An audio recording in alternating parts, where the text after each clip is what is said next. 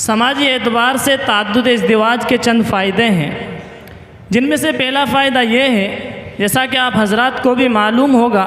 کہ تحقیق کے مطابق مردوں کی تعداد عورتوں کے مقابلے میں کم ہے، اور بعض اوقات ایسے آتے ہیں کہ مرد کسی حادثے کا شکار ہونے کی وجہ سے دنیا سے رخصت ہو جاتے ہیں اور ان کی بیوی بیوہ ہو جاتی ہے۔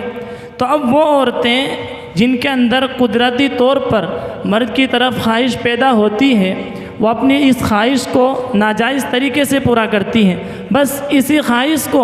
جائز طریقے سے پورا کرنے کے لیے شریعت نے تعدد ازدواج کی اجازت دی ہے۔ دوسرا فائدہ یہ ہے کہ تعدد ازدواج پر پابندی لگانے کی صورت میں بعض اوقات نکاح کی بنیادی غرض یعنی بقائے نسل انسانی حاصل نہیں ہو سکتی۔ مثال کے طور پر اگر کوئی عورت بانجھ ہو اور اس کا بانجھ پن ناقابل علاج ہو تو ایسی صورت میں تعدد ازدواج پر پابندی لگانے کی وجہ سے قطع نسل لازم آئے گا، اور یہ بیماری عورتوں میں بہت پائی جاتی ہے، اور سوائے تعدد ازدواج کے اس کا اور کوئی حل نہیں ہے۔ اور تیسرا فائدہ جناب یہ ہے کہ قدرت نے عورت کو ایک مادہ کشش دیا ہے جس کی وجہ سے مرد عورت کی طرف مائل ہوتا ہے،